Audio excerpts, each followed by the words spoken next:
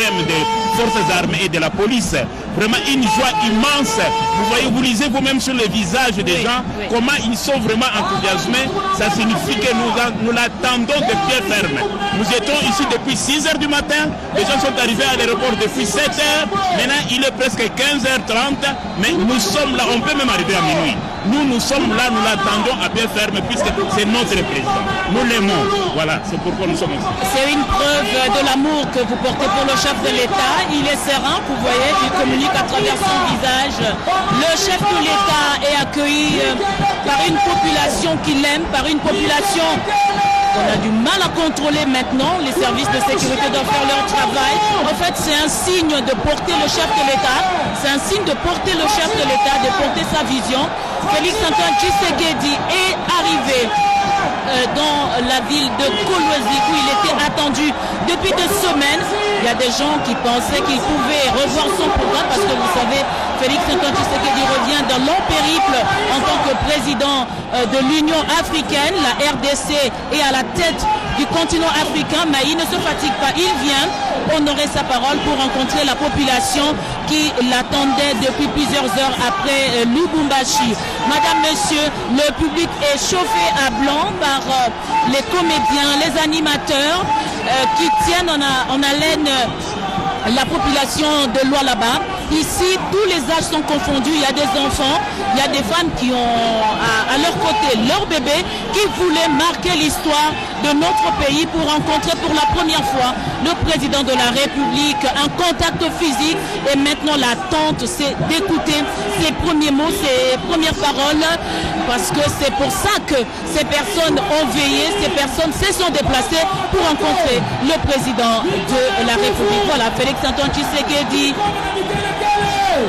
Félix-Antoine Tshisekedi reçoit les ovations du public. C'est très apprécié le geste qu'il fait. Voilà comment le public est en train de répondre. Tout le monde voudrait monter sur le podium si c'était possible. Même moi, je voudrais monter pour les saluer. Vraiment, quel enthousiasme, je ne sais pas quoi dire. Je vous assure que la population de Kolwezi attendait à pied ferme la présence du président de la République ici chez nous. Nous sommes ravis, nous sommes vraiment contents, nous sommes soulagés.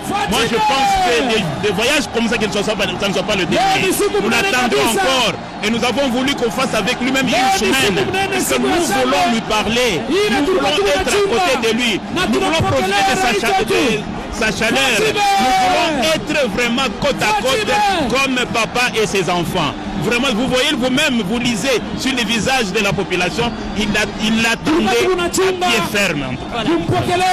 Nous, on en profite pour remercier nos équipes ici sur place et puis à Kinshasa, le comité de gestion, Ernest Kabila et tout le reste, ainsi que notre ministre Patrick Mouyaya, porte-parole du gouvernement, qui a tenu à ce que la RTNC arrive ici et puisse retransmettre en direct, en temps réel, cet événement important. C'est Madame le gouverneur intérimaire qui a introduit le chef de l'État. Je vous laisse l'écouter.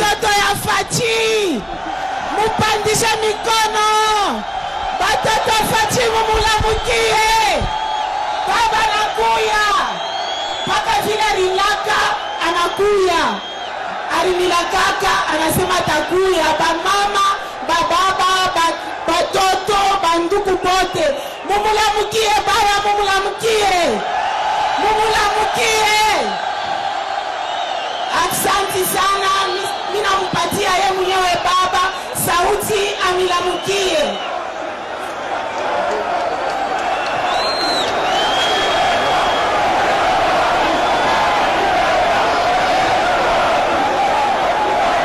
watoto wa mama mjambo. Watoto wa Lualaba amjambo. Swahili yangu iko kidogo. Makolo bana Lingala. Na yeko tala bino lelo. Na yeko tala bino na seki bino. Na pesi bino na nous merci mingi. Merci ebele. Na ndenge boye koyamba ngai bolakisi esengo ya koyamba ngai. Nalingi nayebisa bino ke ngai mpe naza na esengo wana ya komona bino. Likambo ya liboso na yeli awa ezali koyeba nanu ba nouvelle na bino oza ndenge nini awa na Kolwezi awa na Lualaba.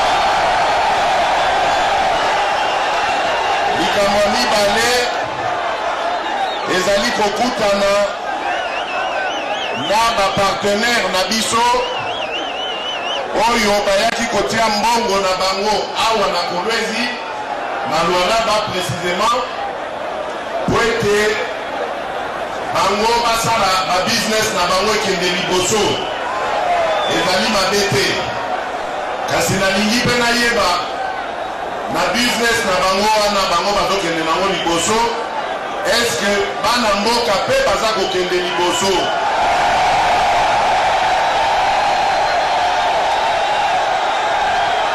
Yango nazali koloba na bino boye Lualaba, le Grand Katanga, le Congo tout entier et kozala na mikolo ezali koya capitale mondiale ya ba minerais stratégique. Potozali à peu près na 60% ya ba minerais stratégique oyo mokili mobimba ezali kotala lelo. Alors ngai na lobi boye likambo wana ekoki kosalema te ke mokili eza ko avancer biso tozongaka nsima. Lokola ba minerais stratégique ezali na mabele ya bakoko na biso tokobongisa pe mboka na biso. Esengeli ba jeune na biso bazwa misala. Esengeli ba jeune na biso bakota kelasi. Esengeli ba mama na biso balataka kitoko. Esengeli ba papa na biso soki bake pension bazala na pension ya malamu. Nyonso wana ekouta na partenariat oyo tokosala na bandeko oyo bazali kolinga koinvestir na mboka na biso.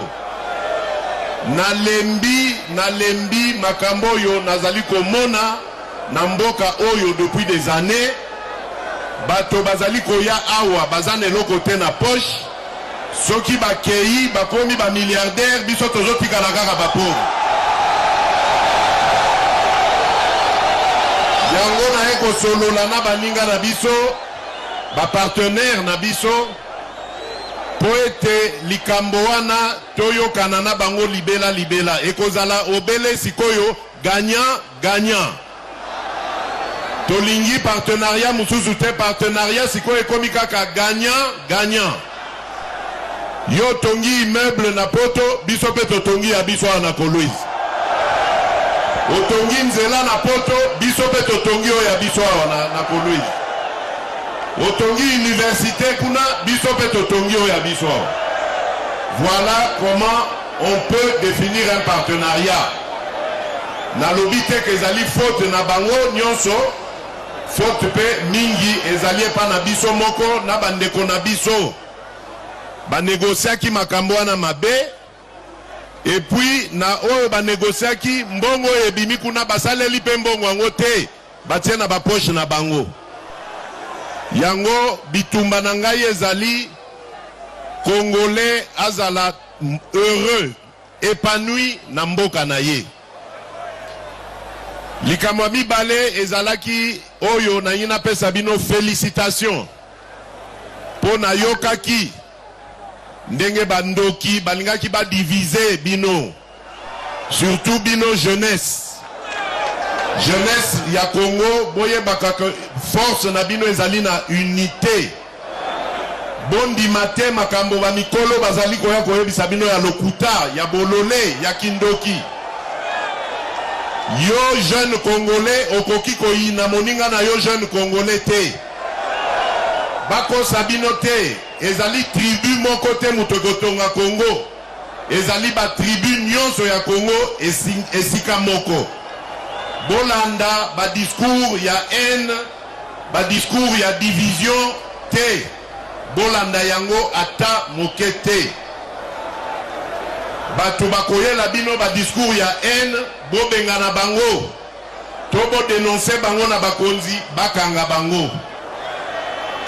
Alors pona kosukisa na koyebisa bino likambo oyo etali sécurité ya mboka na banzi bolandaka makambo nyonso oyo esalemaka epa bandeko na biso ya Ituri, ya Nord na ya Sud Kivu. Makambo wana ebanda utakala toluka mayele tozwa te mbalo yonga na décider na lobi Ituri na Nord Kivu ekokoma na état de siège sous administration militaire. Nyonso wana pona kosilisa ba massacre na ba violence oyo ezali kosalema kuna. Alors nakamwe tango tozui décision ya ndenge wana oyo ezali salutaire pona mboka na biso, tozali komona babandi campagne ya kobebisa réputation ya ba gouverneur militaire oyo toponi wana. Bakomi kokosela bango ke baza pe impliqué na makambo ba violence. Nzokande lokuta. Nyonso wana po basala mosala na bango te, po massacre et continuer kaka babo makaba congolais. Yango na lobby c'est terminé makambo wana. Désormais, toko combattre violence partout où qu'elle soit sur le territoire national. Même awa na lingina loba na bandeko na biso oyo bazali kokosa bango bakomi ba maimai, bakomi ba katakatanga, bakomi ba na ebite soki nini bayeba ke Congo eza lisusu na tango ya kopesa na bato ndenge wana te. Batika misala wana na mikolo ezali koya tokotia en marche processus au tobengi ya DDRC, désarmement, démobilisation, réinsertion communautaire et stabilisation pour na kobimisa bandeko nyonso o bakotaki na ba groupe armé bazonga na mboka basala mosala misala ya kosala ezali ebele ezali misala pe ya kosala na ba mine ezali tokoyokana pona yango na ba partenaire misala pe misusu ezali tozana besoin ya ba mécanicien, tozana besoin ya ba plombier, tozana besoin ya ba électricien, tozana besoin ya ba médecin, tozana besoin ya ba avocat. Nyonso wana esengeli to former bango, totika makambo ya bitumba, totika makambo ya koinana. Congo ezali ya biso banso, mwana ya Congo esengeli azala malamu na mboka na ye. Yango na sengi bino banso bo soutenir ba forces armées nationales, ba FRDC na biso na police nationale po mosala oyo tobandi oyo yako suki sabanguna ekosenga solidarité na unité nationale. Na mikolo elekaki kuna boyokaki likambo ya coalition FCC Cash. Coalition FCC Cash depuis le mois de décembre il y a 2020 et Koufa Nango. Et Koufa qui poete tosali 2 ans na baninga na biso ya FCC. Toza korie bisabango pendant 2 ans que biso toye kosale la peuple mosala makambo yo bosala ki liboso tokangi na biso miso tolingi sur ba règlement de compte te mais botika makambo wana to banda siko kotia mayele ensemble to tonga mboka. Ba congolais bazana besoin ya misala, ba congolais bazana besoin ya sécurité, ba congolais bazana besoin ya santé na éducation. Nyonso wana pamba malgré ba insistance na ngai, malgré makambo conscientisation nazali kosala na moni kaka baninga bazali kaka na ba jeu ya mabe. Yango nazwaki décision na bi FCC Cash Abu Pia Oya Minyala Nangai, Ngayeyo, Nalakisi Nzela, Union sacrée de la nation. Kuna et Nakisi Mosala pour le peuple. Tokozala à la disposition du peuple. Yango Nazako Senga Nabino, parce que Biso Toza Basali Nabino. Bozala vigilant. Motonioso, à quelque niveau il y a responsabilité. Bozala ka vigilant na gestion na ye. Il faut Bosenga ye ba compte. Il faut Asale Labino Moussala. On a oublié notre peuple pendant trop longtemps, ça suffit. Lelo ekomi tango ya kosale la peuple Moussala. Yango naza kosenga bino bota la biso ndenge tokosala siko Moussala. Tokolaki sabino que toutes ces années perdues étaient des années de distraction dans laquelle quelques individus étaient en train de profiter du Congo et des Congolais. Mbalo Tolembi Tolobi, on va travailler pour le peuple. Voilà Bandeko, Batoto wa mama, Makambo Nazagi Nango ya koyebisa bino. Malheureusement Ngonga ese kei, toza kosalela tango na kembango kosolola na bandeko baye ko investir na Congo pour na expliquer bango vision na ngai oyo ezali ya que tokozala siko na partenariat gagnant gagnant. Botika malamu Nzamba batela bino, Nzamba batela Lualaba, Nzamba batela mama gouverneur, Nzambe abatela Congo. Merci beaucoup. Voilà, c'est très émouvant. Le chef de l'État termine par ces paroles de bénédiction sur le peuple du Lualaba et sur madame le gouverneur intérimaire qui administre cette province minière. Honorable Clément Moufoundji, je vous ai gardé à mes côtés. Nous allons commenter un tout petit peu rapidement ce discours profond et très riche du chef de l'État en 5 points. Le président de la République se pose la question que tout le monde se pose. Comment comprendre que les minerais du Congo ne profitent pas aux Congolais? Comment comprendre que la capitale mondiale de minerais stratégiques ne soit pas développée? Comment comprendre l'enrichissement des partenaires du Congo qui viennent peut-être avec un capital minime, mais quand il reste quelques années, ils s'enrichissent au détriment de la population. Donc c'est des questions importantes qui ont consacré les questions importantes du message du chef de l'État. Je rappelle que vous nous suivez en direct sur la RTNC à travers le monde. Le chef de l'État va quitter le rond-point où il a fixé rendez-vous avec la population. Si vous nous avez suivis, parce que la politique du nouveau ministre de la Communication tient à ce que la RTNC soit l'instrument au service de la population. Nous remercions au passage le ministre Patrick Mouyaya Katembwe ainsi que les dirigeants de la RTNC. C'est grâce au nouveau ministre, c'est grâce au dynamisme des dirigeants de la RTNC que nous sommes ici. Merci, clin d'œil à Jessica Bassele. L'honorable, je vous ai suivi en train de hocher la tête quand le chef de l'État passait ce message sur la sécurité. Il explique l'état de siège. Il lance un appel contre les messages de division au sein de la jeunesse. Rapidement. Effectivement, nous avons suivi ces messages de division, de haine à un moment donné ici à Kolwezi. Notamment des jeunes de tel talent et tendance, mais nous combattons cela. Le président de la République veut nous montrer que la jeunesse ne peut être forte que lorsqu'elle est unie.